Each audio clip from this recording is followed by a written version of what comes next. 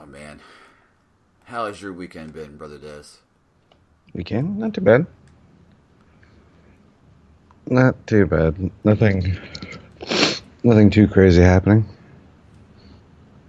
I mean, would you rather have something crazy happen or something not too crazy happen? You know? I mean, There's the choices yeah, we have to make as adults I anymore. know, right? But yeah, I had the concert last night. Went to go, Sounds like though. went to go see Mr. William Joel, and didn't realize I knew as many Billy Joel songs as I did, because I knew a fucking metric shit ton of them.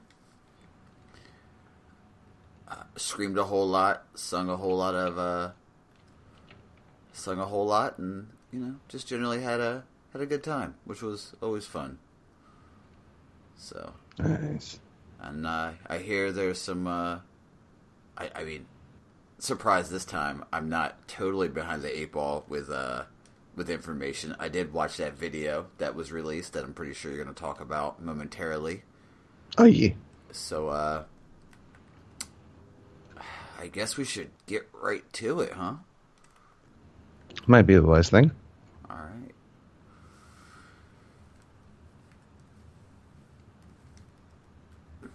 Des, that means go ahead and talk about the TWAB.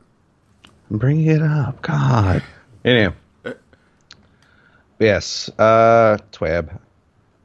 Which, I mean, the first thing they have even freaking on this TWAB is the affirmation video. Which, yeah, we'll definitely get to that. They're also having their a stream Tuesday, August the 7th. This stream essentially is going to be giving us our Forsaken, like, dirty deets on the Crucible stuff. Because one thing Wisniewski does mention, as kind of a preview, is that a lot of people have noticed the damage numbers in a lot of these Forsaken coverages are kind of higher than what we're used to. And yes, they have globally adjusted, quote-unquote, time to kill in the Crucible. So he's going to be talking about that more. That's all we know right now. Crucible Labs is opening back up at some point in time. I don't think they give us an exact lookout day. Oh, no, you can play it right now. So actually, it's probably up right now. Anyway. But yeah, so they talk about the last Crucible Labs game mode that they had, Showdown, which was like a modified doubles, but with 4 people, round-based, and all that jazz. They're basically announcing that Labs worked as intended. They got a lot of feedback. That's pretty much it for that. But they are coming up with a new 4v4 competitive mode called Lockdown. Now, Lockdown, essentially at its core, used to be known as Zone Control. But it plays, of course, a little differently. The only way to gain points in Lockdown will be to control 2 zones. Once you control 2 zones, you start earning score. And then the first team to reach 100% wins the round, and 3 rounds will win the match. Interestingly enough, for Lockdown, there's a power play thing that if you can actually capture all 3 zones, you will instantly win the round. But the catch is, you have to control these zones uncontested. So you have to get, if you... essentially, yeah, if you need to hold off from the opposing team from getting score or from winning like that, just stand on one of their points, and they don't get points anymore.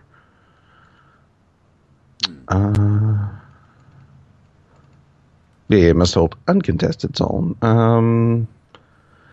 So yeah, that's pretty much lockdown, which definitely sounds interesting. Like an interesting addition to zone control, actually. Of course, Whisper of the Worm is back. They did look into the public event system. Because, last time there was Whisper of the Worm, there were apparently a few times that were a lot of Cabal drills. A lot of them. And they actually looked into it to see if there was a bug. Turns out there wasn't. It was just the random generator. Okay, yeah, they're saying the current random generator doesn't do a good job of preventing streaks of either event. So that was just, from what I hear, 5 hours of really bad luck. Oh my god. But yeah. That was just RNG being RNG? Yeah, apparently. Apparently the system was working as intended. It just wasn't being very nice. But yeah, they are looking at ways to prevent bad luck runs in the future. They did some simulations, but from what they can foretell, everything will work, hopefully, as intended. But the activity will be available every week. So yeah, it seems like to be kind of a Xur type event. It'll be available in the wild from Friday to Monday, 10 a.m. PDT. And they've updated the roadmap, which is actually some pretty big news, because they are giving us truly Forsaken is D2's Taken King. Because now on the roadmap 2.0.0, which is the preloading Forsaken, is now scheduled for August the 28th, which is a brand new stop on the roadmap. While 2.0.0.1, the actual Forsaken, is still September the 4th. So they're giving us a week of these things, which include the milestone challenges updates, the director updates, the heroic story missions, the weapon slot changes, bulk shader deletion, and the 200 additional vault slots. Yay! So yes, all that nonsense is coming a week before Forsaken. I kind of like that they're doing that, because, like I said, it's a lot like Taken King. And Taken King changed so much, that week or two that we had with the quest system and all this and that, and director changes was actually pretty cool, because it lets you enjoy the actual content a little more, other than the holy crap, what's this?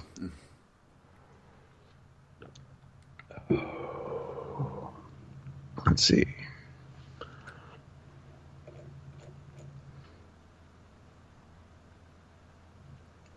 Oh yeah, and they do talk about some of the changes to the milestones and challenges. Basically, pretty much every milestone that we have now are going to be called challenges in Forsaken. Challenges, which are now daily things that we can do for tokens, are going to be folded into the bounty system. So we're not going to be able to double dip from that. Like I said, bounties will take over that. Milestones will become challenges. Apparently, there's still going to be milestones or a milestones tab. I really don't know, but it's a bunch of things happening. And the layout of the director is going to be updated because they're adding 2 new places. So yeah, and Gambit, and it's going to be a stuffed map, man. Holy crap. Let's see, the current outlooking calendar, the only thing coming up right now, 31st, it's freaking Tuesday. Yeah, this Tuesday, Solstice of Hero begins. And August the 7th? Yeah, that's what it says. Which is the next Tuesday after that, is the combat reveal stream. Then, okay, the last Iron Banner is popping in August the 14th. Wait, August 14th to August 20th? Let's hope that's a typo. I'm about to say, yeah, why does that sound weird? No, right? 6 days? I mean, I guess. It's not too bad. Okay. And then, technically, August 27th, the Solstice of Hero ends, because the Solstice of Hero goes right into the 2.0.0 update, the Forsaken preload. Oh yeah, and there's this thing that they've done that I'm sure nobody cares about. That Bungie put out, this hardback book, Grimoire Anthology.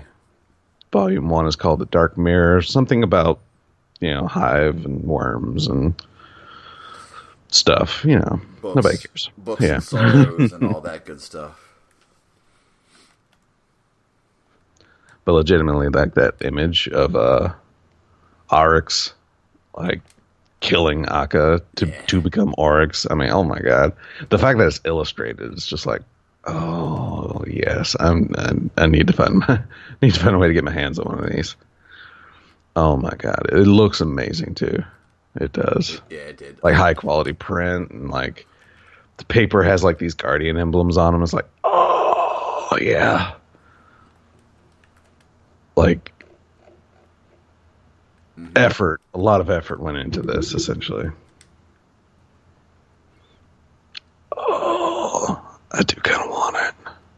And that's what everybody has been talking about, which would be super cool. Like, oh, wouldn't it be just super cool if there was a book, like the actual book of Books of Sorrow, and everybody was like, yeah, it's a pipe dream, and the next thing you know, it's like, Bungie's like, oh, we got you, fellas. Yeah. I mean, good lord, that's been the thing. Is I think someone actually, there actually has been a person to take all the Grimoire cards and bind them in a book. So I mean, yeah, there's been demand, and here it is. Bungie's like, yep, here you go. I think that was what Mylan was working on. Yeah, no, that's what Burning said, and like, bravo on that one. He is definitely a highly appropriate individual giving his content type, like for this type of project for sure. Which I mean could also explain why there's illustrations. Could explain it, yeah. Yeah. Yeah. Anywho, so there will be more volumes apparently, and apparently from what they're saying, this also isn't just going to be following like the Grimoire. It's like there might be like additional information in these books. Like, it says each unique volume intends to illuminate a facet of the world, and the complete anthology will confirm and challenge players' thoughts and assumptions about what it means to be a guardian, offering new and differing perspectives on the cosmic war that rages between the Traveler and his ancient enemies. So, yeah, there might be some like slightly clearer answers in these volumes than what we may have anticipated here. Also in the TWAB, there is a questionnaire that you can take for reasons. So you can do that if you want. For reasons. I mean, I don't know. Kind of skipped over it, but I'm honest. I was about to say, at least you're honest. New Monarchy won the last faction rally. Yay. That means I've completely have all weapons.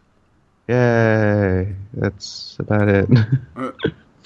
Again, Dead Orbit had the most pledgees. I mean, yeah, I guess that would be like the super casuals. Or not casuals, but, super limited time people that couldn't get their Graviton lance in one setting or two. I just hope they got it in 3, because that would be frustrating. Yeah. But, yeah, New Monarchy pledgees pulled out the win there. Which is hilarious, because I think this is the first time the faction I was on won. So, there's that. So, yeah, also, you get a rocket launcher. It has auto-loading holster, which means it doesn't have cluster bombs, which means it's not going to be as good as a cluster bomb rocket. And like I said before, there's just nothing super special about it. So, if you're for New Monarchy, like 1,000 Glimmer for a few Masterwork cores? Sure. Otherwise, I mean, I wouldn't recommend it, but, whatever floats your boat. And that's pretty much it. We'll go with that. There are, of course, the movies of the week. You should definitely check that out.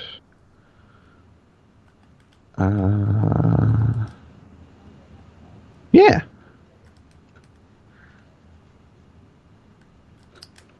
That's about it, Des?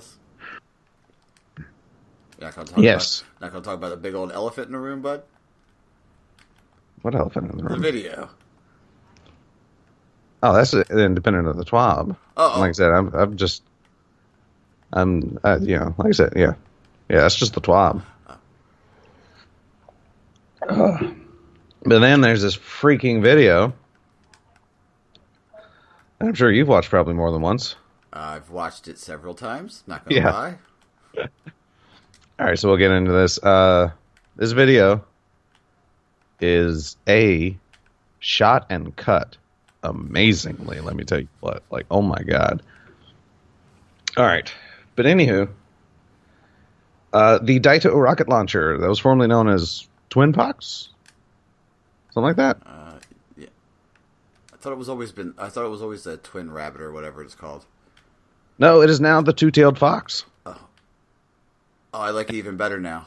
I know, right? And apparently, because there is a Fox logo with two tails and some Japanese under it, apparently that Japanese does basically transfer to Two-Tailed Kitsune. So, yeah. Bravo, Bungie. So, yeah, interestingly enough, what we see this rocket launcher doing is firing 2 rockets, and each rocket tracking a different person in Crucible. Are you freaking kidding me with this? Seriously, Bungie? Mm-hmm. I mean, we even get the Shax 2 for 1. So, I mean, come on. That's going to be a little ridiculous, and it's probably going to be the strongest rocket launcher in PvP, because 2 freaking rockets. Essentially. Yeah. It's freaking nuts. Yeah, I thought it would be like when I first heard about it. You get the little shoots 2 rockets, 1 solar, 1 void, and I'm like, okay, cool. It's going to be the 2 rockets with each other spiraling. Really cool effect. I didn't think, no. It's going to shoot 2 rockets, but 2 different directions. Yeah, no, right? Oh my god, that's like, the double barrel shotgun in cartoons that has the barrels bent. Oh, Jesus. But yeah, so that's something we can look forward to. Yay. At least it's not the colony. Everybody's going to complain about this instead. I was about to say, I think I'd rather the colony, Jesus. Colony's actually pretty easy to fight against. Jump. Not only... Do House of Pain and jump around. Yeah, definitely jump. It definitely makes it harder. But good God, if you're using Stormcaller or Oh, Fist of Havoc Titan? Mm-hmm. Lay down your pulse nade, especially if you're in a narrow corridor. Because the ideal situation for a colony to kill in, like this narrow cave, is also the ideal situation for those colony mines to get destroyed by a pulse nade. And then you're safe. You walk through your pulse nade, you melt the guy trying to kill you, you're all good. I mean, God. I almost don't want to say it, but like, stop just immediately complaining about something and start learning to fight against it. But, you know, this is me. All right, next up is an exotic armor piece. I believe this is for Titans. The Antius Wards. Now, what do these let you do? You slide, and you reflect projectiles. Yeah. Mm-hmm. Because again, that's a thing we needed. But legitimately, like I said, it might be actually pretty useful considering it just comes from a slide. So yeah, that Titan charging at you might be even more dangerous than you realize. Whew. Now, I just wonder if it ricochets all projectiles. Because I would assume the Nova Bomb counts as a projectile. I mean, it did in D1. Right? So, some of that, I mean, I wouldn't see why not. There's always private matches to test it. Mm-hmm. But somebody will find out. After that is the Trinity Ghoul, which is an exotic bow. And precision kills create electrical storm arrows. Why do they call them storm arrows? Well, because apparently you can wipe out like a group of 10 mobs with the one arrow.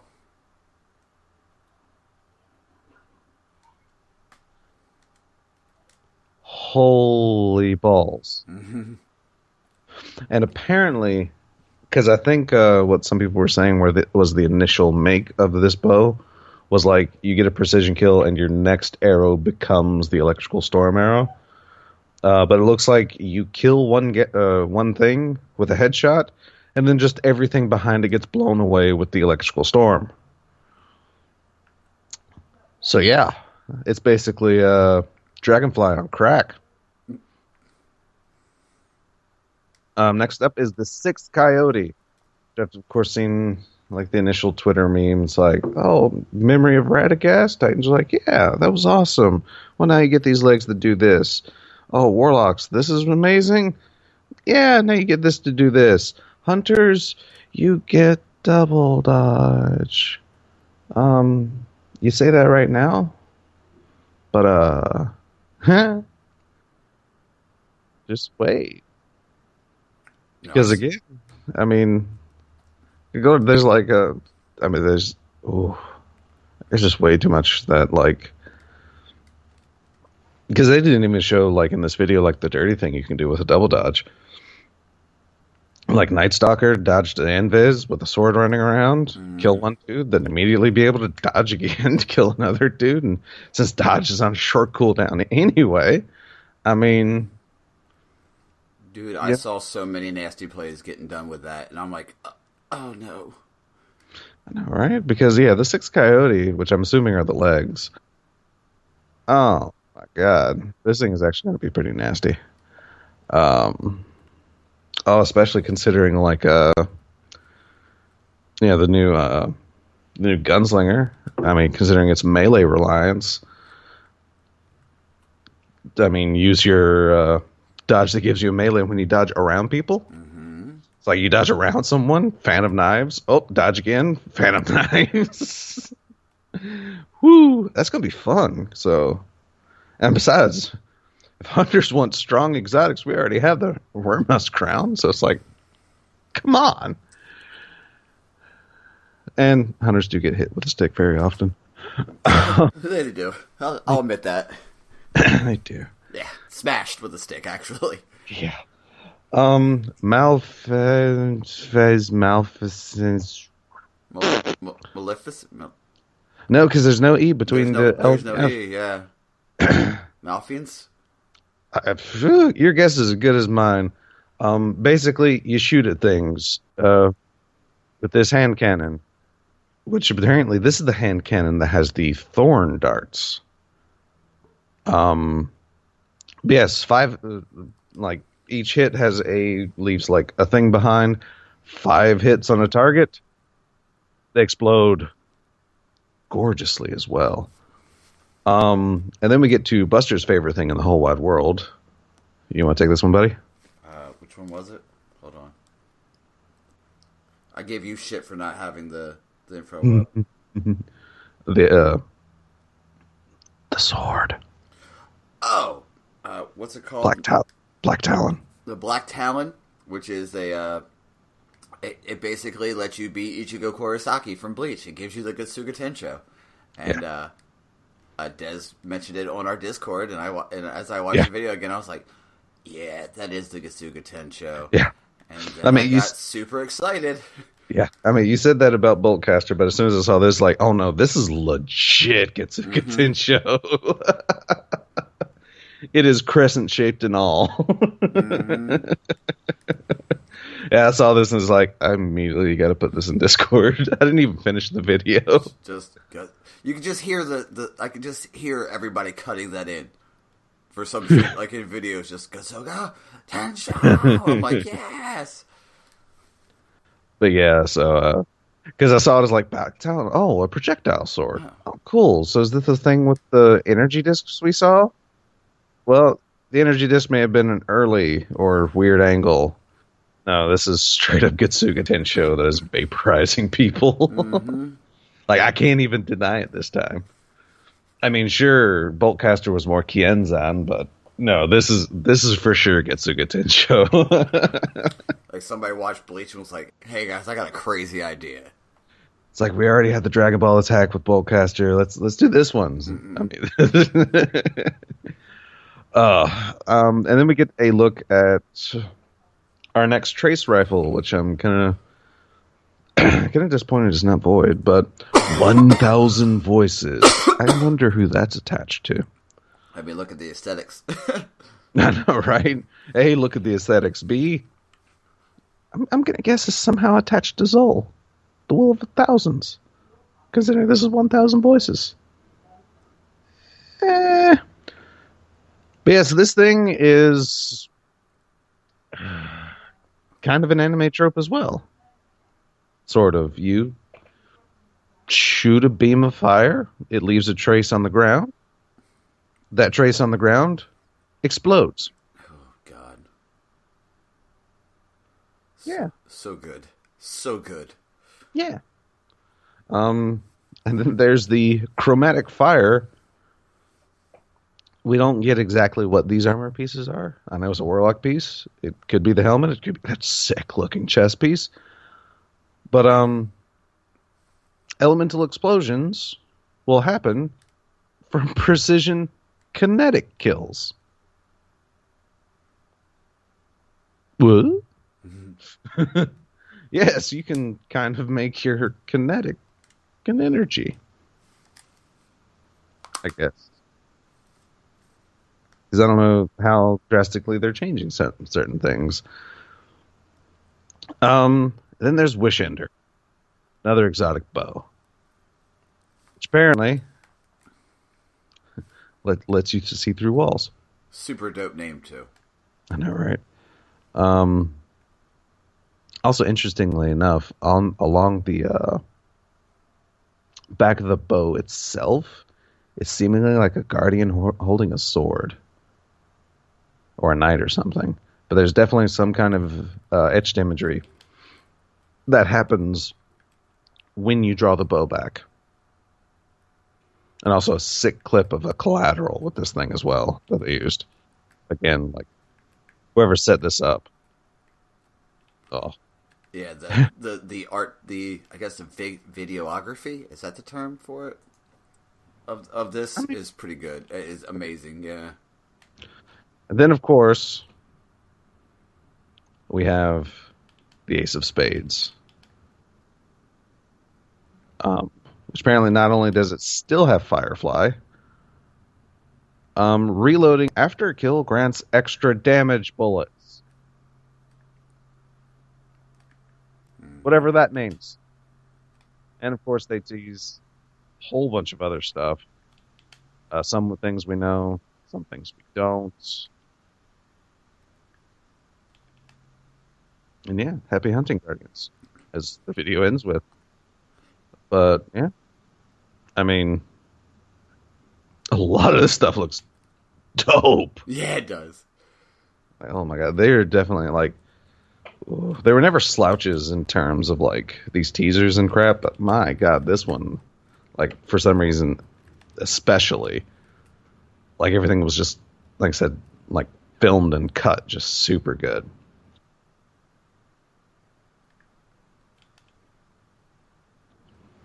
So yes, we have a lot to look forward to. We do. We legitimately do.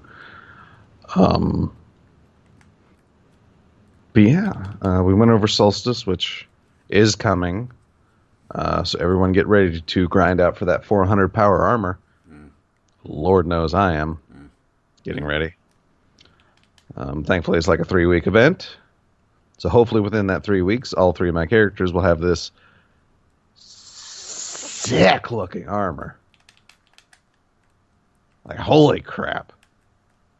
I mean, I'll be okay if only my Titan gets it. Yeah, but I mean, I would still like to have it for everybody. For sure. For sure. Yeah, Hunter is definitely going to be my priority. And, I mean, as it normally is, like, yeah, Hunter's the priority and everything else is secondary. It's for collection, or collection, purposes. Yeah, there we go. We'll go with that one. Mm-hmm. So, yeah. So, no information I'm missing that I know of. We definitely covered the roadmap, which we're going to be, like I said, getting weapon slot changes early is going to be massive. Yeah, get your hands on it, feel it out. Exactly. Like, I'm glad that they're throwing that into the mix of things. Also, bulk shader deletion. You know, at the last Game Informer coverage, where they just asked, like, Steve Cotton and what's his name? I'm frankly amazed I remembered Steve Cotton's name. And what's his name? Yeah. It was going to be what's his name and what's his name, but all of a sudden Steve Cotton, like, popped in my head. I think it's because of Dodgeball. Oh. It's interesting strategy, Cotton. Let's see how it plays out. Exactly. Yeah. Like, for some reason, that, like, helps me remember his name. Whatever. I'm sure he hears that joke a billion times a day. Especially working at Bungie? I'm sure.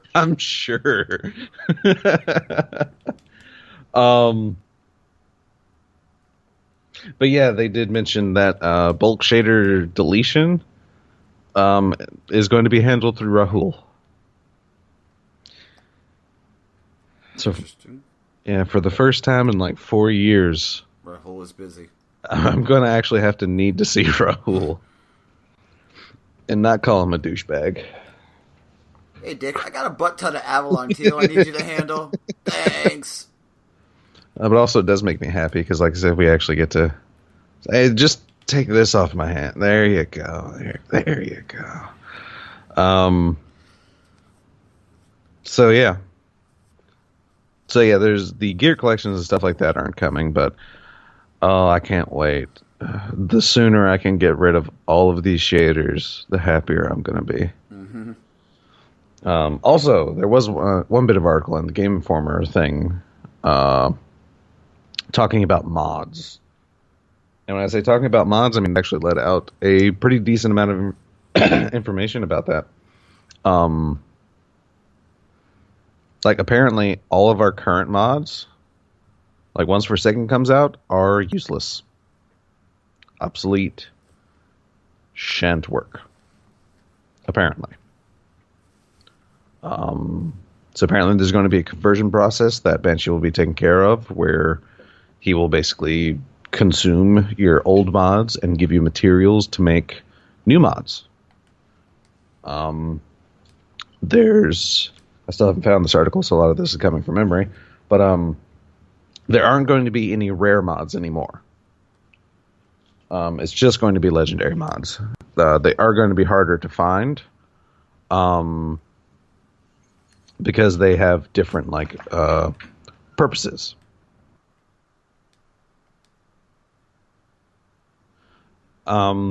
Such as, let me just really quickly find this article. There we go. And good, we go here, because awesome radio and all. Milestones and mods. There we go. All right, so yeah. So this article gives the first inkling that milestones are turning into challenges, and they're putting them on a 4-day rotation to help restore the hobby. So that way you only have to wait 4 days instead of an entire week if you do all of your milestones and get more powerful. But the mods, that's what I'm here for. So yeah, there's no rare mods, which means they're only legendary mods, and these legendary mods will not give you that +5 to the power of an item anymore. So the cap of Forsaken is the flat cap of Forsaken. No more, oh, but what about the +5s? Doesn't matter. Yeah, your current mods will become obsolete. Quick run to the gunsmith, who will take them and give you components to make new mods. So you can start, if you have an epic crap ton of mods, you can at least benefit. But apparently these new mods will be less about cooldown reductions and more about changes you'll notice right away. Such as Icarus Grip, which improves your weapon's accuracy while airborne. Radar Tuner, which decreases the time it takes for your radar to return after you're done aiming your weapon. And Targeting Adjuster, which grants your weapon better target acquisition, aka aim assist. So yeah, so basically the mod system, from what I can gather, are going to be additional traits, basically. Things like Icarus Grip and Targeting Adjuster and Radar Tuner. Yeah, this is going to be definitely a more interesting mod system. And apparently these changes will apply to the raid weapons as well, which will use the same mod system but have access to unique raid mods. And while the raid mods for the new raid will follow Forsaken's launch, will be tailored to that specific raid, there's nothing stopping us from sneaking in some more universal raid mods in the future. Excite. And that's that. All right. So those are some of the mod changes coming. Holy balls. Yeah. The mod system is going to be really good. All right. It's changing from, this can just let us, for weapons, all it was, you can swap an element. But also you won't be able to do that anymore. Apparently. Apparently you're a victim to whatever element that weapon drops once more. Because with revamping the mod system, it's not going to be there. But yeah, like I said, though, at least for weapons like these are much more interesting choices, of course, than, I want to arc one of these weapons. Mm-hmm. Well, now I want it to be solar. That, and again, they're expressing the hobby of the game, because that was another reason for grinding sometimes for weapons. Maybe you wanted another gun with a burn. But yeah. And I believe some of the weapon, because they mentioned armor, will start dropping with random perks as well. And apparently this is basically the return of D1 armor perks. Things like possibly this is where, like, that's how you're going. All right. So the mods won't focus on ability cooldowns anymore. But apparently that's going to be possible to roll on an armor piece instead. As well as, like, grenade throw distance and stuff like that. Because they said there's going to be one, like each piece of armor is going to have one trait that does something like, you know, grenade cooldown or throw distance. And then they're going to have another trait that affects the ammo economy of like specific weapons, like scout rifles or whatever, or like more reserves, I'm guessing. But yeah, so like I said, it's pretty much the return of D1 armor perks, which I'm not entirely disappointed with, because, you know, at least it'll give our armor something, right?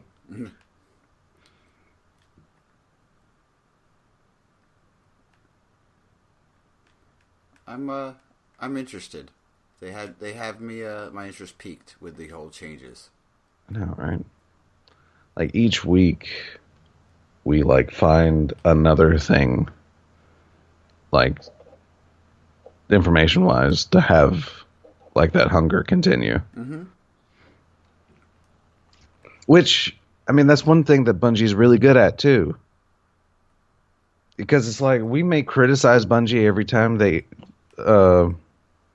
reveal their September content in like May. But here's the thing, the hype still hasn't died down for this thing yet. It's like, holy balls. They know, like, they know when to put it on your radar and when they can go silent with it. But they also know exactly how much information to give when. And then, of course, Game Informer helps, because it's like, oh, yeah, here, you know, here's a month of coverage for exclusive things, because we had like a week to just screw around at Bungie. Or like 3 days or whatever they have. Which, yeah, turns into like a month of articles and information. So, yeah, Bungie definitely knows what they're doing when they do this. Despite what we say. Well, I mean, we don't say that, Bungie. Hint, hint. Oh, I definitely questioned, like, them revealing Forsaken so early. I questioned that. But, like I said, they know what they're doing. Like I don't think they showed too much. A lot of people believe that they did show a little bit too much. You know, about the Dreaming City and all that. But Crap, they still really haven't showed anything. Like, they didn't show anything concerning the important aspect of the Dreaming City, which is the secrets and the raid. Mm-hmm. They just showed the aesthetics. Yeah, they showed the aesthetics, and they showed the public event. Wow. If that's too much, like, I didn't look into the public event. But if, like, you're saying, if you're saying they're showing too much because of a public event, then boy, were you disappointed in Mercury. Well, I mean, yeah. A lot of us were. I'm just saying, it's like, that's all that planet had, and they showed that, like, way early. So, yeah. You're not wrong. Yeah. But yeah, and that's the thing, because, like, from what there's... Yes, they've given us a lot of information about Dreaming City, but the key... I mean, is it too much? Possibly.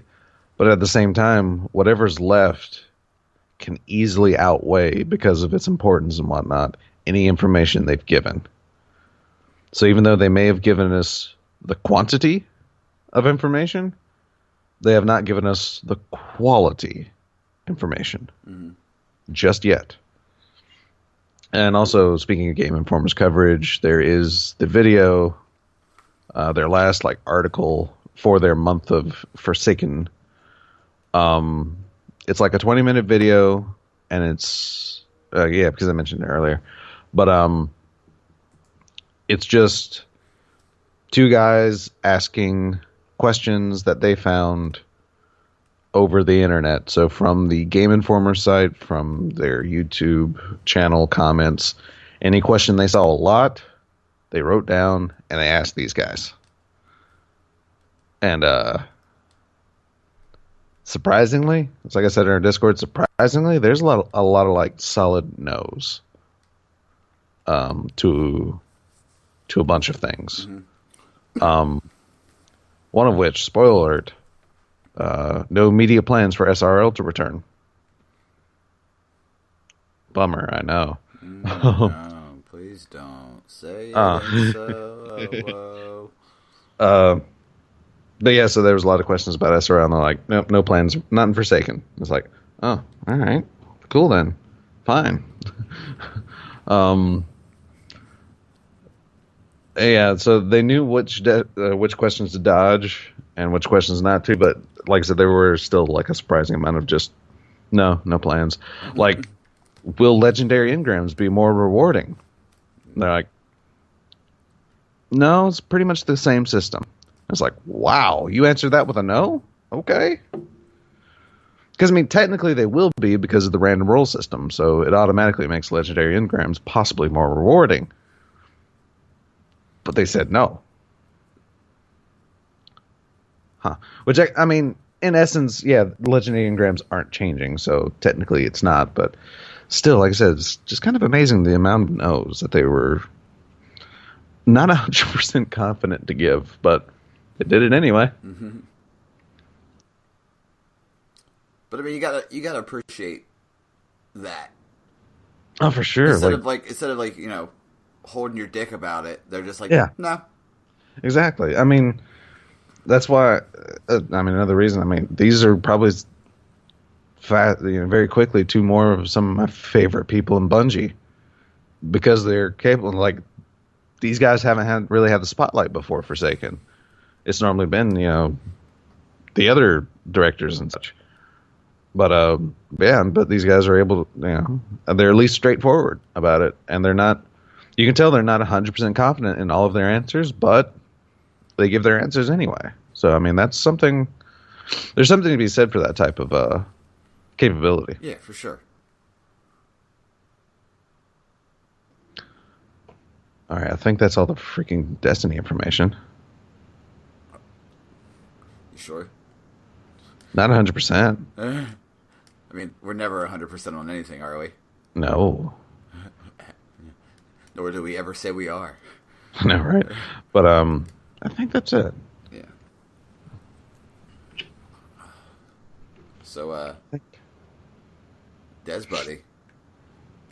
God. Here's your obligatory spoiler. Your obligatory Paladins warning. In 5, 4, 3, 2, 1.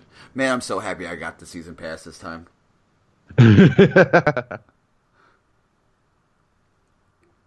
I mean, it's the problem I'm having is I can do the dailies. Obviously, everybody can do that. I can't. The one that gets me is that kill somebody doing the Shatterfall for Terminus. Oh, the challenges? Yeah, the challenges. I'm like, you son of a kill somebody while combat sliding. I'm like, oh, you guys are dicks. Yeah.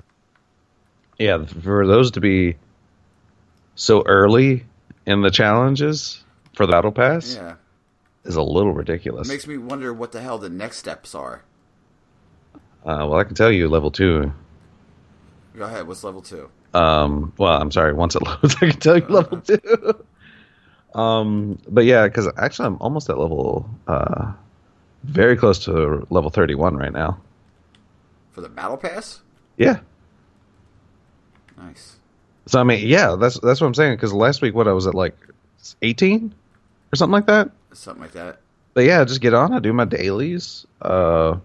Make sure I do those, and that's it. And I'm getting experience like freaking crazy. I did clear level 1 challenges though. Trust me, like Terminus, yeah, that wasn't incredibly fun.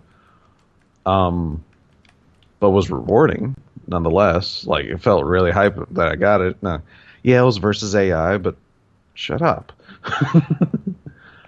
So yeah, rank 2, which unlocks at level 11, I believe. Play 10 ranked matches. Win a match as Koga. Be an Ancient Rage for, I think, like... Well, I have 20 seconds left, so... Yeah. Heal for, like, 100,000 or a million damage or something like that. Health. So just play healers. Yeah. Have a shield raised. Again, I forget, like, the amount of time, but it's pretty... Like, a pretty substantial chunk of time. And then kill like 4 players with your cannon after pulling them with Dredge Anchor. So be Makoa. So play meta as Makoa. I get it. Yeah, pretty much. Rank 3 has you win like, or play 4 or 5 team deathmatch matches. Heal 4 different players within 10 seconds. Which I was even actually able to get that with Furia without fully intending to. Using the wave? No, I wasn't even using the wave. I was just healing. Yeah, her basic heal. Hit 4 players with 1 barrage. You don't realize you don't really hit with more than 2 or 3 people with 1 barrage activation very often until you try and do this. Mm-hmm. Then level 3 is eliminating people with Koga. And if you thought shielding for 40,000, it's 60. 75. God damn. Who did you use, Makoa, or did you use Torvald? I have not cleared this. I have not. It actually took me a grind to do 40,000 because what I did is I ended up going into like a onslaught. Mm-hmm. I picked Khan. I picked the one that like you're constantly regening your shield, even when it's up. And I just held my shield button and stood in front of everyone for the entire match. I rarely shot. Oh, I was glad that was just me as the only living person in that because I would have felt like a douchebag. I got close to that one with Torvald. Yeah. I put a shield on you. I put a shield on you build. Oh, yeah. And then emote as the Thousand Hands leader after getting a kill. Good luck. I haven't cleared that one either. Because I doubt my capability of even getting a kill with Zen. I'm that bad with Zen. I'm not good with them. Yeah. But yeah, I mean, all this stuff actually gives some like really good experience this time around, I think. Because after I cleared the rank 1 stuff, like, it was, it gave me like almost 2 full levels of Battle Pass. So, I mean, they're definitely worth it if you can't finish them. But yeah, they are a bit of a grind. Also, for any of you that are playing Paladins right now, there is a pretty amazing deal going on right now. For $4.99 US dollars. Which... For $4.99, you can buy 200 crystals outright. But they have this package for the same amount of money. Which, hilariously, this package includes 200 crystals. But you get 200 crystals, you get the Goddess Leanne skin, 2 diamond chests, and 5 gold chests. Why would you not get that? That's what I'm thinking. It's like, what are they thinking doing this? This is like... That's a steal, because legitimately, if you're looking to buy a little bit of crystals, $5, you still get that amount of crystals. So everything else is literally just a bonus. And yeah, 5 gold chests. Gold chests are like 75 crystals a piece to buy. 2 diamond chests, they're 300 crystals a piece to buy.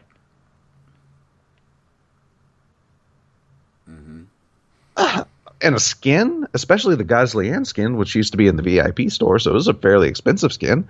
But some of the cheapest you're going to buy a skin is like 500 crystals, like for direct buy. I think maybe 3. Some of them go down to 3, I think, for direct buy.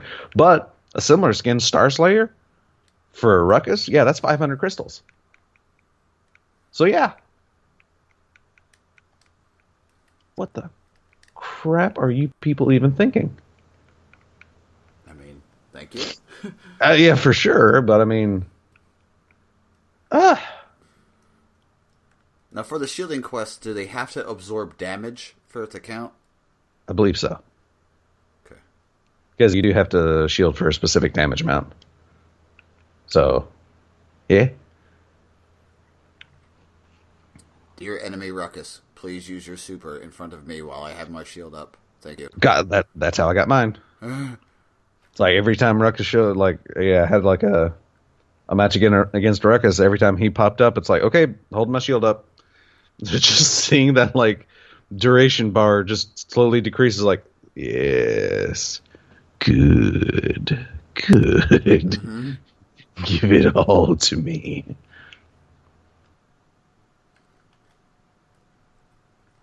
It's like, thanks, buds. I appreciate you so much.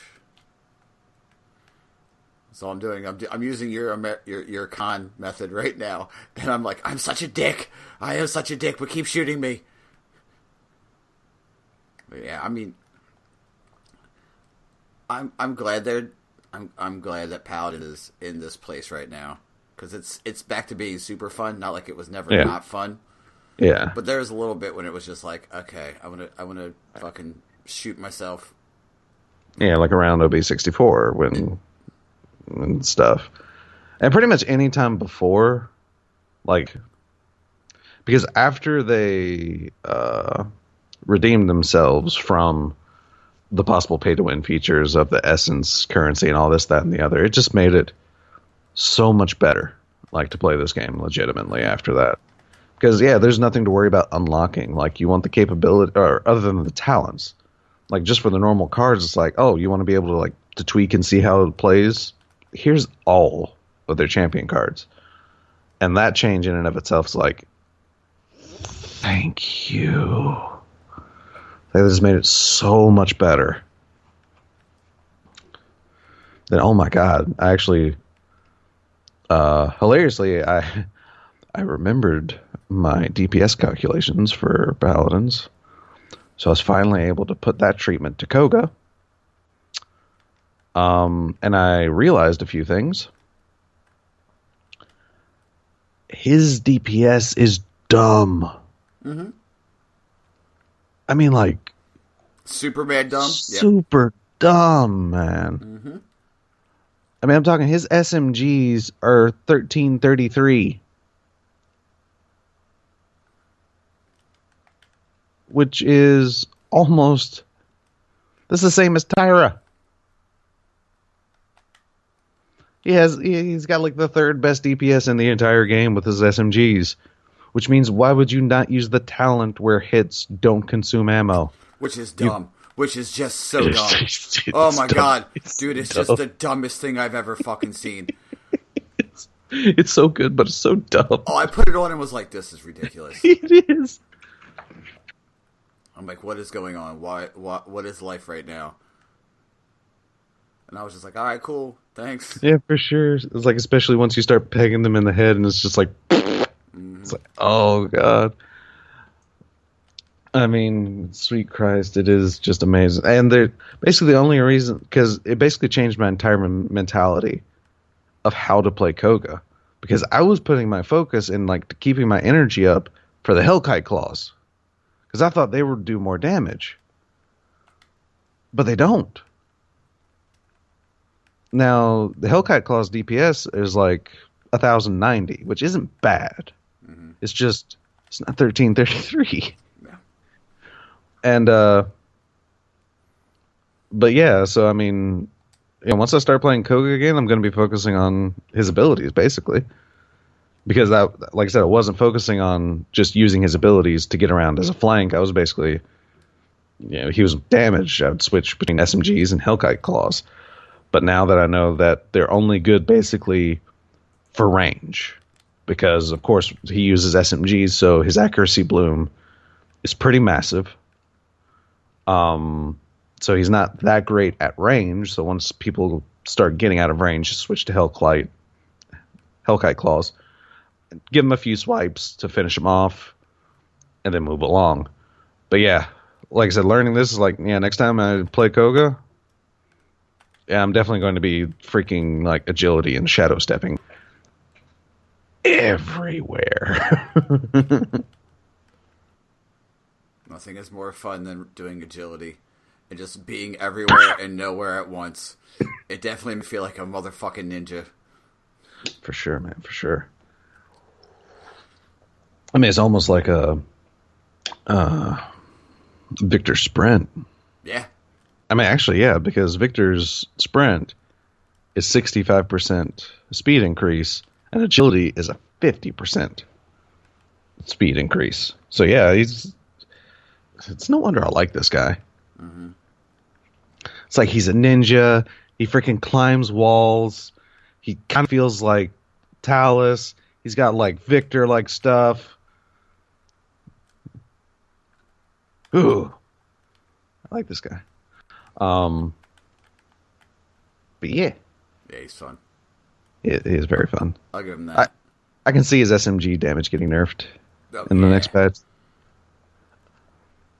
I mean, I kind of hope not, but at the same time, yeah, it's like with that one talent, like his damage does get dumb. Mm-hmm. Because it's just constant pressure and constant just ugh. Yeah, I could either see that damage getting nerfed or that talent getting nerfed. Because it is super strong. And like Hi-Rez does try to steer clear of like the obvious choices. And that is like an obvious choice for Koga. Unless, people know something I don't, which is entirely possible, but I don't know about that. I'm pretty good with these things called numbers. Decent. I really wish you could have just seen what the hell I just experienced with Khan. I'm standing in playing Onslaught in the temple, the Cougar temple, and I'm standing down one of those hallways, and there is a Tyra, a Mochi, a Khan, and who else? Where's the other one? The new healer. Just dumping rounds into me, and I'm just standing there with my shield up going, oh boy. I don't know how this is going to end. It's like, yeah, this is I don't care about winning this round. I just want to get the shield done. I'm sorry, teammate. I should be in a party with Dez. That way I don't have to apologize. Oh, man. But, any other games been catching your fancy recently?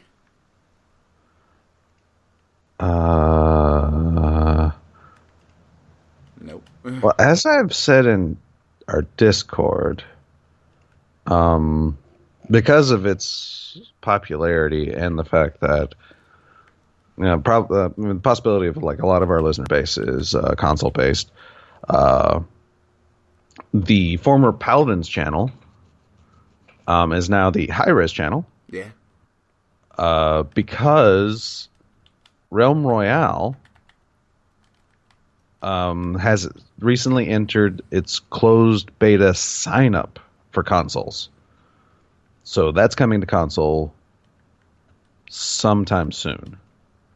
No official word as to exactly when. But yeah, it is entering closed beta on console. So, like I said, that channel is now expanded to not only include Paladins, but also Realm Royale, which I felt was the better move. Yeah. Because that, and, also, if any of you play Smite out there, I mean, I never really learned Smite, but I still have it.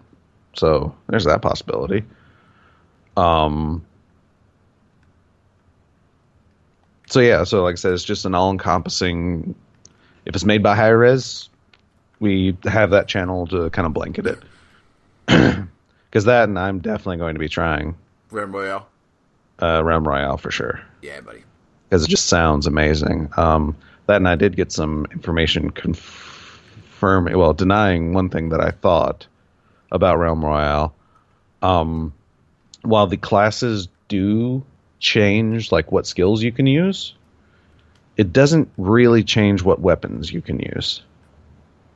It's like the benefit to choosing a class is that each class actually has one specific weapon that is unique to that class, that only that class can use. So for hunters, it's a throwing axe. I think mages get what's called a stone spear. Yeah, but that's an aura. It's an aura's like staff.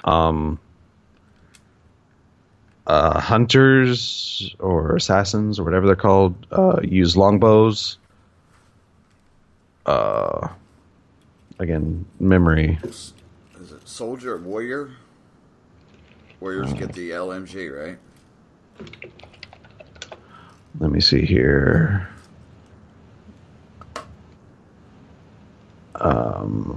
Yep, this is that. Chicken weapons.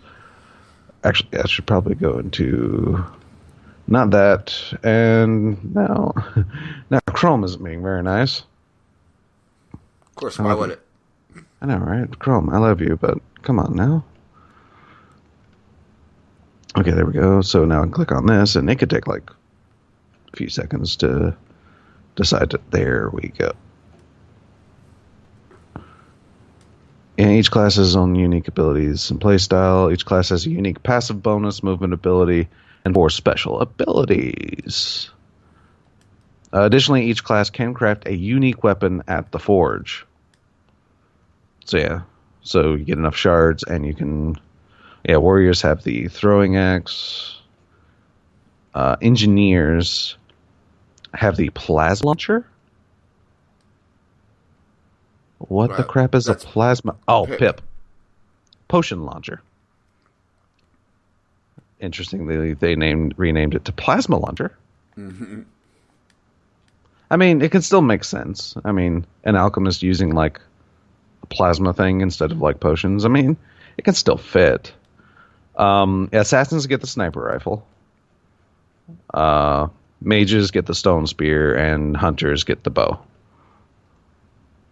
And that's the classes.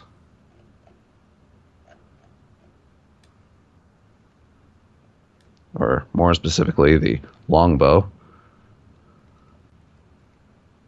Okay.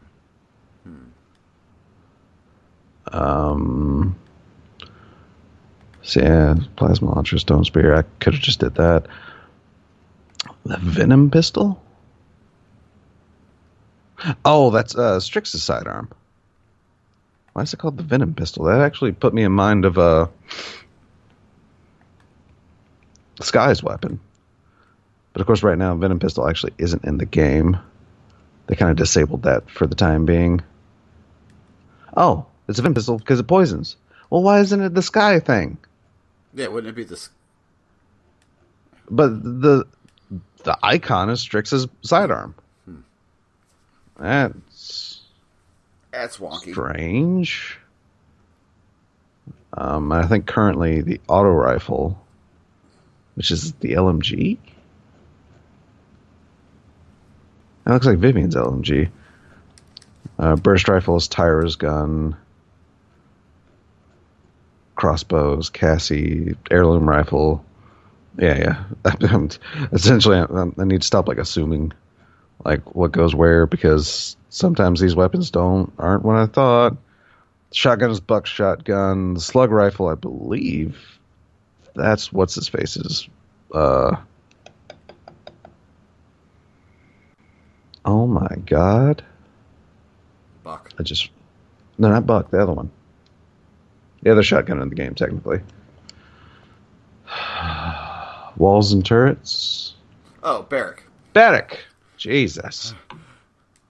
It's another B word. And then Zen sword. Which is actually a true melee weapon in Realm Royale. I love the fact that it is. So yeah, that's an impromptu rundown of weapon types and Realm Royale. I signed up. I signed up twice. Legitimately. I wanted to make sure they knew. It's like I signed up with one email and like signed up with my other email. So yeah. That's a good idea. Yeah. We could sign up with the RngCast email. I thought about that too.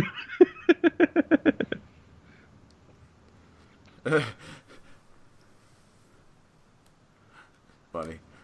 I thought about that too. Yeah, Yeah, buddy. I thought about that too. Oh, man.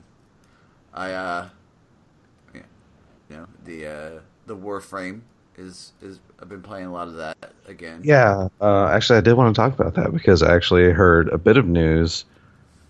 Because as many of you may know, I like the gameplay of Warframe.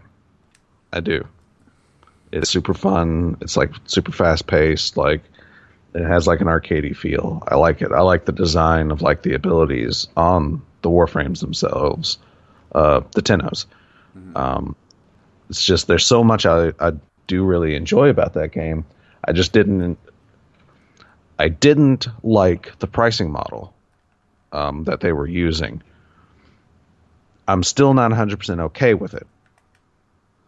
But hearing the fact that with the community marketplace and the fact that people can actually make like money and platinum in that marketplace is super cool. 60/40. Yeah, I mean that's super cool. I mean the fact that they do 60 on the community member side? Yes. Okay. See, I like that. I like the fact that they're finally showing basically the benefits of kind of overcharging people all this time. But at the very least, community members can feel those benefits. So like I said, still not 100% cool with the entire thing, but at least they're using the excess properly. Yeah, 100%. I mean, So I can understand you being. I mean, it is. Yeah, you could be like, "Oh, cool. I'm not really down with." They make the grind super hard to kind of incentivize purchasing, and I mean, I'll admit that and for your daily logins, sometimes you get like a 50% off coupon, which will be like, I have 200 platinum just sitting in my account because I'm an asshole and I grind, and then you're like, okay, what am I gonna do? But I understand that. That's kind of like, you would look at that and be like, wow, that's kind of fucked up. But the fact that they do that with the community, which is really cool, because I mean, just imagine, it is. If we'll use Destiny, if Destiny allowed their crazy, amazing artists, let's say, I don't know, Young Khan or something, design an armor set, or like Cobb 1. You know what I'm saying? Like, imagine those guys designing an armor set and being like, you can get this, it'd be silver, and then them go, here's 60% of the money. If it's a $5 skin, here's the percentage. Here's 60% of the profit. Yeah. And it's like, oh, this armor set, whole set's $10. Oh, here you go, Cobb. Here's just $6 per armor set. Mm-hmm. So yeah, it's like that in effect, and really cool idea. It's like the best news in gaming I'd actually heard since like Epic.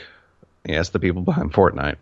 But they had like so much success with the Unreal Engine marketplace that they've made a change on how much money the creators of these assets get. But this change, they are actually retroactively giving these creators more money for. Well, that's cool as shit. So yeah, they're like going back in time before this change took place, and it's like, you know what? We're giving you this, like, for your work and such. And like, yeah, that was like amazing freaking news. It's like, oh my god, that's one reason I really do like Epic as a company. I mean, they do crazy things like this, but yeah. super, super interesting. And like I said, that is really great news. And of course, the new like hoverboard or whatever looking thing. Mm-hmm. Oh my god, that does look cool. And I really did like the which was another part of Warframe I really liked was like the flight suit or whatever. I forget what it's named. Archwing. Yeah. Those things, like those missions are super freaking fun, man. It's like old shoot 'em up, like like riding or something. Like super fun. I really like those missions. Like, so yeah, I like them as a game. I didn't like their pricing model, but the fact that they're using that a little more responsibly now is a really cool thing. Mm-hmm. But yeah, no guarantees I'm going to be downloading it again or anytime soon, but it's definitely back on my like radar. That's fair. Like through that, because holy crap, there's a lot of games coming out, man. It's true. There's a lot of games coming out. Because good God, Forsaken is not that far away. We've got like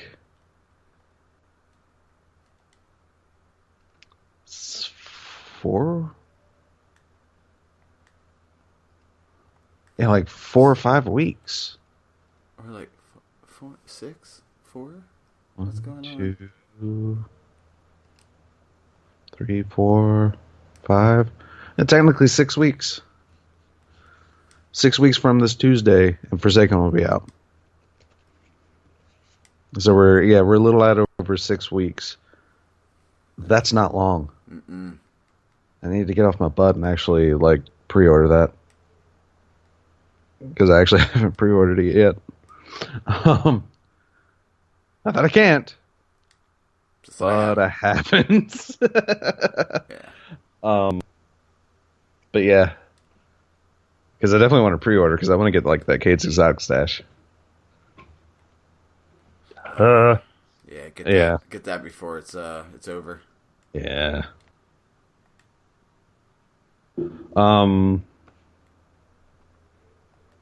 Also, some more interesting news, like in gaming in general. I found out what's his name, PlayerUnknown, the guy behind, of course, PUBG. Mm-hmm. I think he's not just like an egotistical douchebag. He did actually kind of create the Battle Royale game mode. And I did not realize that. Because apparently, one thing I did not know was that before H1Z1 did their Battle Royale mode, which I thought they were like, the first, they actually weren't.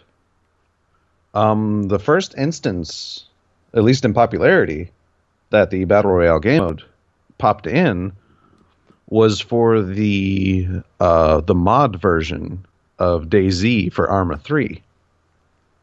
Someone made a Battle Royale mod for the DayZ mod. Mm-hmm. And hilariously, that was PlayerUnknown. And then come to find out, Sony behind H1Z1 called him for like consultation when they added H1Z1 Battle Royale. Oh. And then this Korean company that's behind PUBG flew him out to Korea to do PUBG. So yes, this guy actually has like 3 different like games essentially under his belt as being made under a Battle Royale mode. So, yeah. I can kind of see why he would go through with that lawsuit against Epic now. Mm-hmm. I mean, still kind of a douchey move, but at the same time, I can actually understand considering he does actually have that pedigree. So it does kind of make sense. It also does kind of make sense on why the 2 examples I knew of for the Battle Royales, which was H1Z1 and PUBG, looked so similar. Because it was basically the same guy doing it. Which also explains why Epic's is different. Because he's not involved in that. And same thing with Realm Royale. Yeah. So, yeah. I mean, the Battle Royale games I don't enjoy playing, but I think it's the aesthetics. You know what I mean? Yeah. And I do enjoy high-res games. I do enjoy the Paladins universe, so Yeah. I should be.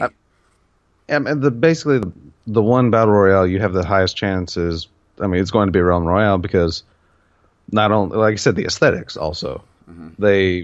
Then even though it's not technically a Paladins game, they still definitely keep that Paladins aesthetic. Like, especially, the world still looks like a freaking Paladins map. I mean, a really huge Paladins map, but it still looks like a Paladins map. Yeah. And then the characters themselves, like with their classes, look like just your average dudes that can be walking around like as NPCs somewhere in some like Paladins themed MMO that I would probably totally get. Yeah, I would say I would fucking jump feet first into that. Hire me, high-res. Yeah. So like I said, there's that bit of news that I was not aware of, but I did a little digging, and yeah, player unknown is kind of the father of the Battle Royale mode, which hilariously he took much of his inspiration from I think year 2000 Japanese film called Battle Royale. Yeah. He apparently also tried to pull some inspiration from Hunger Games, but was kind of afraid of, I guess, encroaching rights for like movies and aesthetics and stuff like that. Which makes sense. He ended up not going the way of the highly popular American movies, which can tend to be a little sensitive about things, and instead went the more vague Japanese movie route, which really the Japanese kind of don't care. That is true. They don't care at all. I mean, it's like the entire thing about that's why Boba Boat was like such a successful parody comic, because I mean it just shows you like they kind of don't care. They kind of see it as like, oh, you're like jabbing fun, and it's like mangakas see it as like a compliment. It's like, oh, you're putting like my art style in your thing and acknowledging me as inspiration. That's really cool. I mean, that's how Cross Epoch kind of happened, which was this weird crossover story between One Piece and Dragon Ball. So, yeah. Mm-hmm. Like I said, it's just a different mentality, which is very interesting. Because we're stuck in like this it's mine like mentality, and over there it's like, oh, that's cool. Oh, thanks, man. I appreciate it. But I mean, the fact that some mangaka even do like when Naruto ended, before they did Boruto, they had the super cool everybody, all like the popular mangakas did a tribute. Yeah. Which was really cool. So, I mean, that's pretty awesome. For sure.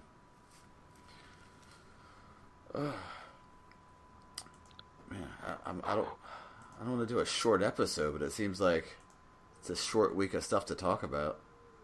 It kind of is. See, there's no last minute questions. Let's see. We do have some things.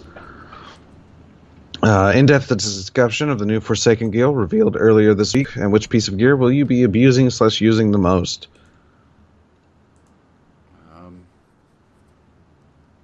What piece of gear will I be using the most? Yeah. Using or abusing. I mean, armor, probably the slide boots. I mean... Weapons, probably the Getsuga Tenjo sword. I know, right? I can't say, because they teased us some stuff, but at the same time, it's only apparently a small part. Mm-hmm. It's like I might be abusing the wall hack bow because wall hack. I mean, then we go to Laz into a slightly better question. Jared does have one. Okay, I can't find Laz's that quick. Oh, there it is. But anyhow, Jared asks, what current exotics do you think are going to be exceptionally strong on the new subclasses? I was thinking Ophidia Spaith and new Gunslinger class. Which is true, because it gives you like a double melee for your knives. But also at the same time, double dodge. but no, yeah, like Ophidia Spaith will probably be more useful there, considering there's going to be more options for Gunslinger. So, yeah. God, I really can't say though, as far as like, because even though we do know like there are trees and such, I'm not 100% certain like. Then apparently I really can't think of many exotic effects. I would agree with that though. Ophidia Spaith will be pretty strong, considering there will be like 3 different options of knives, and these knives. Yeah, it'll just help your knife uptime because like there's that synergy between like burning enemies gets you your knife energy back and all this, that, and the other. So yeah, that will actually be pretty strong. I mean, I could say that with the new Defender subclass, and if it stacks with these Helmsane 14. Yeah. That's, allies can shoot out, and if and you're blind. Enemies, if enemies shoot in, they get blinded and just become easy picking to people behind. Oh my god, yeah, that's like super good. If that stacks, that's going to be super good.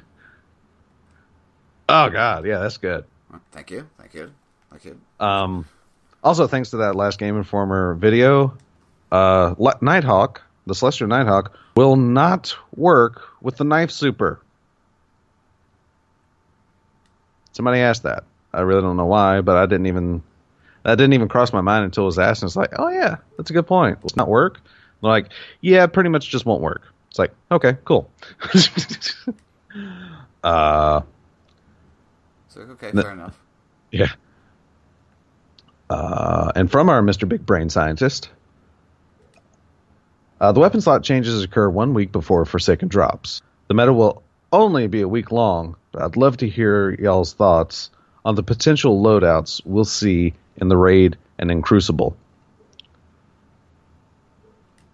I'm going to say hand cannon, pulse rifle, shotgun, and probably the Colony.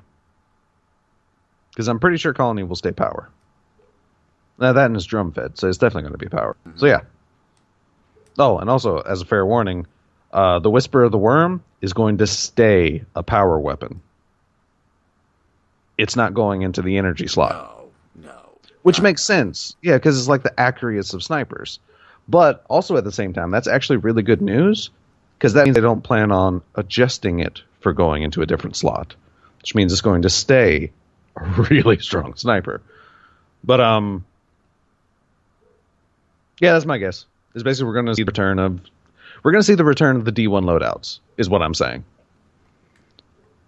There's going to be like a hand cannon or a pulse rifle in their primary. It's going to be a shotgun or a sniper. And then their power, because I think regular fusions will still be in power. No, linear fusions are in power. Linear fusions are power. Regular fusions are energy. Basically, yeah, it's going to be D1 loadouts again, for sure. Like, especially in Crucible. That's what I foresee, because that's also my plan. Mm-hmm. I'm definitely going to go like hand cannon or pulse. I'm going to throw a shotgun on, and then probably a rocket launcher or something. Because, yeah.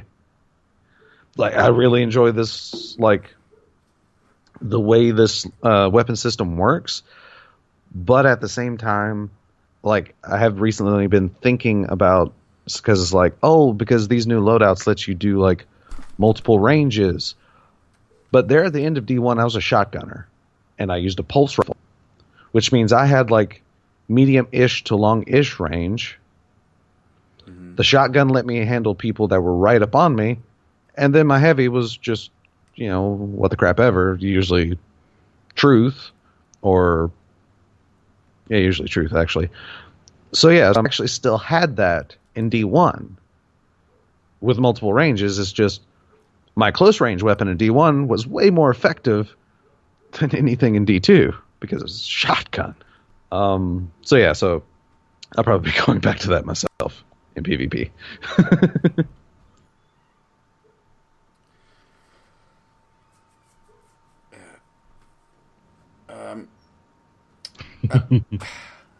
Here's a surprise. I've actually been using a pulse in my energy slot. Yeah, because I got the future war cult. Yeah. That is a very nice. It's not bad. Not at all.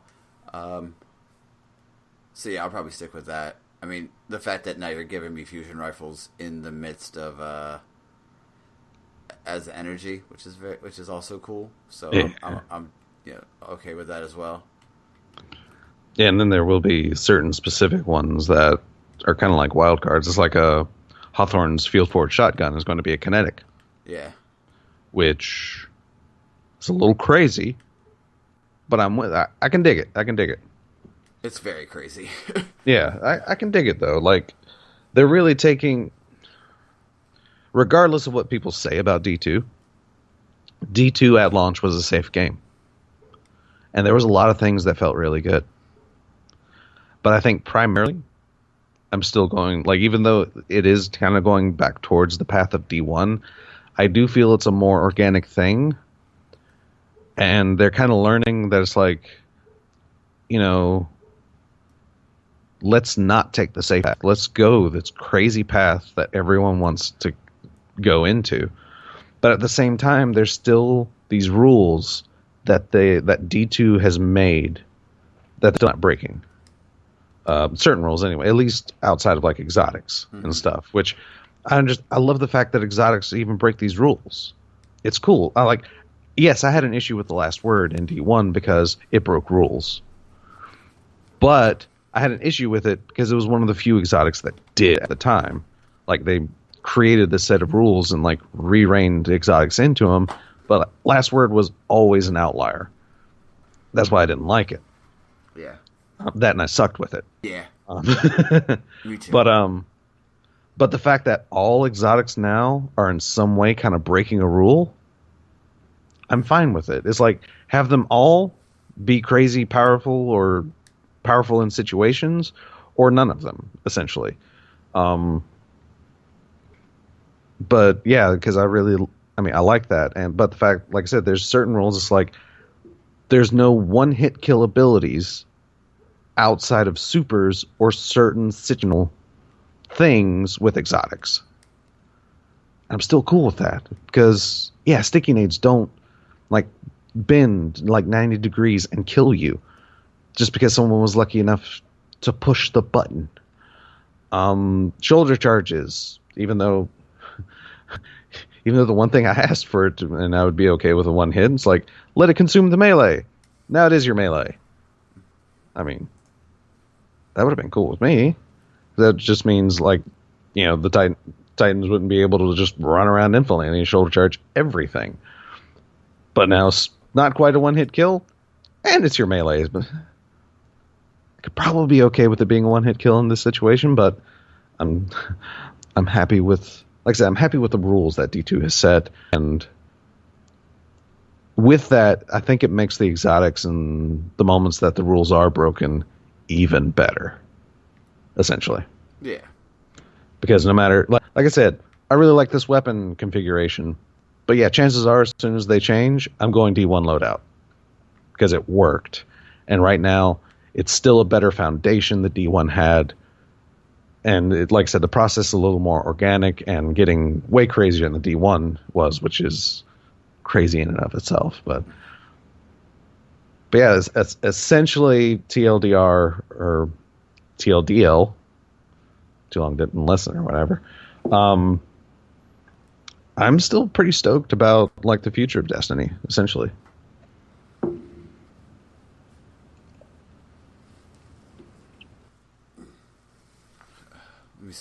I'm just trying to think what happened this week. Apparently, No Man's Sky got an update. Yeah. Apparently, a huge. It is like way popular with people, at least on Twitter. Like, holy crap! Because I know for sure Broman has been playing the holy balls out of that on stream. Well, now what it is, it's the game they promised us 3 years ago. Oh, it's finally out of its tech demo. Yeah, it's finally out of open beta. 968 or whatever the fuck, however many days it was in the shit version it was in. Now it's like multiplayer, and you can change the way your character looks, and there's a whole bunch of different stuff they added.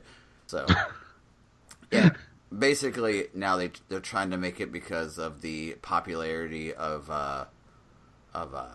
pirate game, Sea of Thieves. Oh yeah, they're making it Sea of Thieves but in space, but you still can't fly with someone.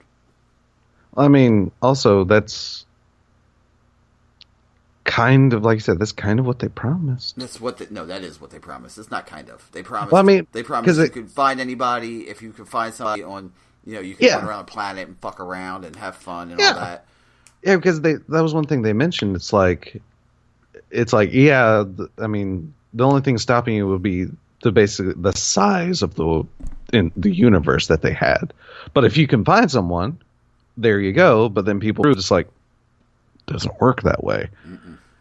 Now that it does, I mean, that's actually pretty stoked. I mean, again, it's basically No Man's Sky went through the Division phase. Yeah. It kind of came out kind of crap, but for some reason the studio didn't abandon it, and I'm guessing now, like I said, because of its popularity, I'm guessing now it's like super good. Well, I'll give it a shot tonight and see how I like it. That's how I look at it. I mean, yeah, that's fair. I mean, it's a good time waster game. That's what you're for. Yeah. Like, I get home from work and I don't want to grind on Destiny. I'll hop on No Man. I used to hop on No Man's Sky and just been like, I'm just going to fly around and hate my life. All right, I hate this. Land, run around. Oh, cool, look, this picture I've seen on every planet I've ever been on ever. I mean, basically, it just kind of sounds like Space Minecraft. It is what it was like before, because it's just like, oh, you grab these materials, build this thing, grab these materials to get this thing. Oh, here's this thing to grab these materials. It's like, you want a laser? Like... you want a laser that digs and collects materials? Yeah, thanks. I got that. Appreciate it. But the cool thing with the parties is it's a 4-man party system, from what I've read. That's cool. You can be anywhere in the galaxy. Like, we don't have to be together on the same planet, but we know where each other are, so we can zip to each other eventually if you can go to the same that galaxy through warping. Yeah. Like I said, I'll give it a shot and see how. I bought the game on disc, so I'm not going to get rid of it. Yeah, for sure. Mm-hmm. I mean, then you bought it on disc. I mean, you could, but yeah, it's unlike a lot of my games right now, which I'm making the move digital. Mm-hmm. So if I get a, I think that's one reason I'm being like super careful with games now, because there is no like, oh, I can just return this. It's 7 days. I could probably return this and get something else. No, if you go digital, I'm kicking a high five. That's it. That's it. So I got to be super careful with what I buy anymore. Mm-hmm. But yeah. Which, like I said, in hindsight, that's one reason probably I'm not buying or really have as many games on my radar anymore. But B, freaking Destiny and Paladins, and then Vault 76 is coming. Jesus. Fair warning, Vault 76 comes out. You're not going to see me on any other game. You're not. You're not. Right? You're not. It's going to be me and Des blowing motherfuckers up. Hitting the button. That's what's going to happen. Dropping the hammer. Like, Des, we have the code. I could just push this button right here and eviscerate an entire area. Hilariously, you would say that, but then I would have already pushed the button. It's like, beep. All right, let's go. Yep. All right, let's go see what we got here. Put on a power armor. Right. Oh, God. Yeah, it's I think we'll have to give a 76 warning. when that comes I know, out. right? Like, oh my god. Oh, but yeah, that's gonna be fun. Oh god. So yeah, like I said, I covered the Warframe. Mm-hmm. Which, like I said, that's another game that's back on my radar. At base, it is free, which it does have that benefit of being very high res or Paladins like. Because it's free, there's no reason not to try it. So for those of you wondering about it, just jump in. The worst that can happen is you lose like 10 hours because you start unlocking planets and grinding and having fun. And if that's a worst case scenario, which that basically is, the worst case scenario is all when you have too much fun and you lose time in it. And because a regular scenario is, oh, I don't like it. All right, delete it. Get rid of it. You're done with it. No, nothing ventured, nothing lost, or nothing lost. Nothing ventured, nothing gained. Yeah, I mean, yeah. And if you like it enough to play it, then you can keep it. Or not. And like I said, it's just easy. Like, these free-to-play games are just easy for me to, like, mentally get a handle on because there's no investment down. I mean, good lord, I even tried Fortnite.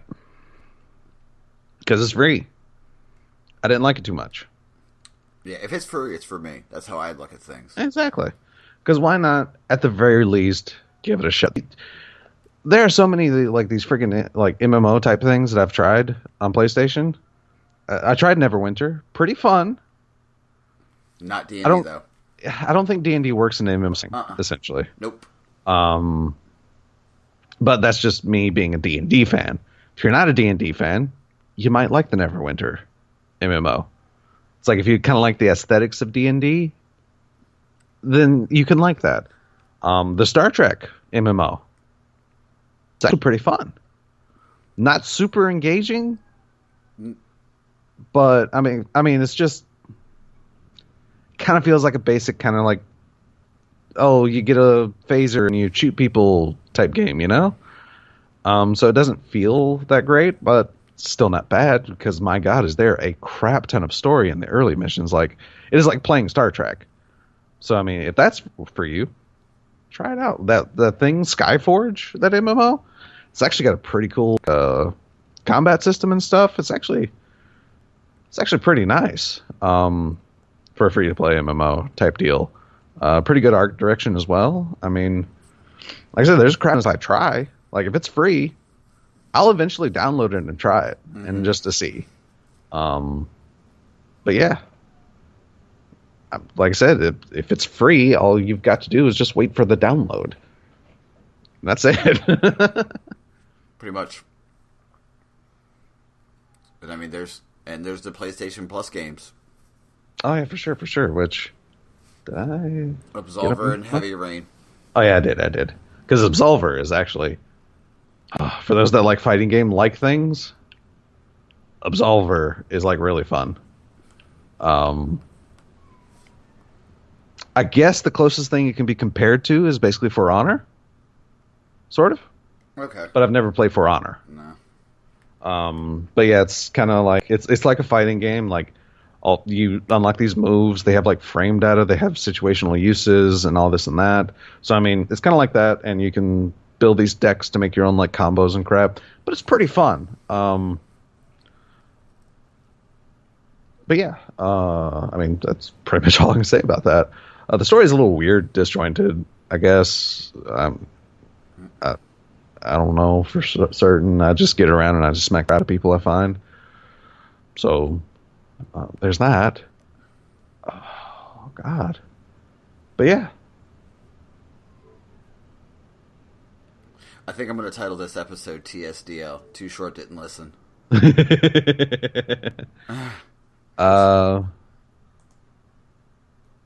No, don't do that. No. Oh my God, nope. Skype. Yeah, it's being weird. I don't know. This, like I said in the last one, this new Skype is just awful. So weird. Mm-hmm. It's like, I kind of applaud them for changing it. because I mean, it's never a bad thing to really try out changes, but it kind of also activates the old man in me. Why did it change? I knew it before. I don't know it now. Yeah. Mm-hmm. But this is the problem of being the pains of being a podcaster. Yeah. So this is episode 114, right? Yes, I'll say yes. That sounds familiar. All right. If I can bring up the appropriate window with, oh my God, where? Oh, there it is. Yes. Okay. Because I have a puppy howling at the moon right now. And I gotta go get him up. And, I mean, we're kind of running late to talk about until we hop into Paladins together or whatever it is. All right. But yeah, that's about it. Because this has been Raven. You can find me on Twitter at DES_Raven. I'm definitely super stoked to talk to you or anyone. Definitely keep your eyes out on my YouTube, Death Switch Raven. Search it out. I'm excited. The script for that thing has been finished. I've actually finished recording the thing. It's super weird for me to work off a general script, but yeah, so it's recorded. All I have to do is put make sure I have proper video clips for what I'm illustrating and such, and who knows, by the time this episode goes live, it might actually be up. But definitely keep your eyes on that Twitter. Hop in our Discord if you really want to know the when, where's, and the hows, because it'll definitely be put there. Mm-hmm. But yes, like I said, it's no longer a maybe happening. It is definitely coming soon because I've definitely recorded the lines for it. So I'm not putting the time to waste. So it's happening. Oh, yeah, it's my turn. I'm sorry. I didn't know if you wanted to keep going. I was like, yeah, keep going. Yeah, I'm excited for you. No, that just dropped off very suddenly. All right. This is Buster. You can find me on Twitter, BusterKnuckle13, BusterKnuckle13. I haven't been really active on Twitter because I've been working a lot, and my sleep, gym, sleep, work is pretty much my whole life right now. You can find this podcast, the RngCast, at the RngCast on Twitter. Email us, the RngCast@gmail.com. We have a Patreon, patreon.com/the RngCast. One of these days, we're going to have to just, instead of doing a normal episode, we should just do a shit ton of movie episodes. And then put one out on the feed just to give them a sneak peek of what they could get for $1 or whatever they want to give us. But yeah, this is episode 114 of the RngCast, and we're out. Later, man. See you all next week. I'm surprised you can't hear him. Barely. Oh. I was gonna start well.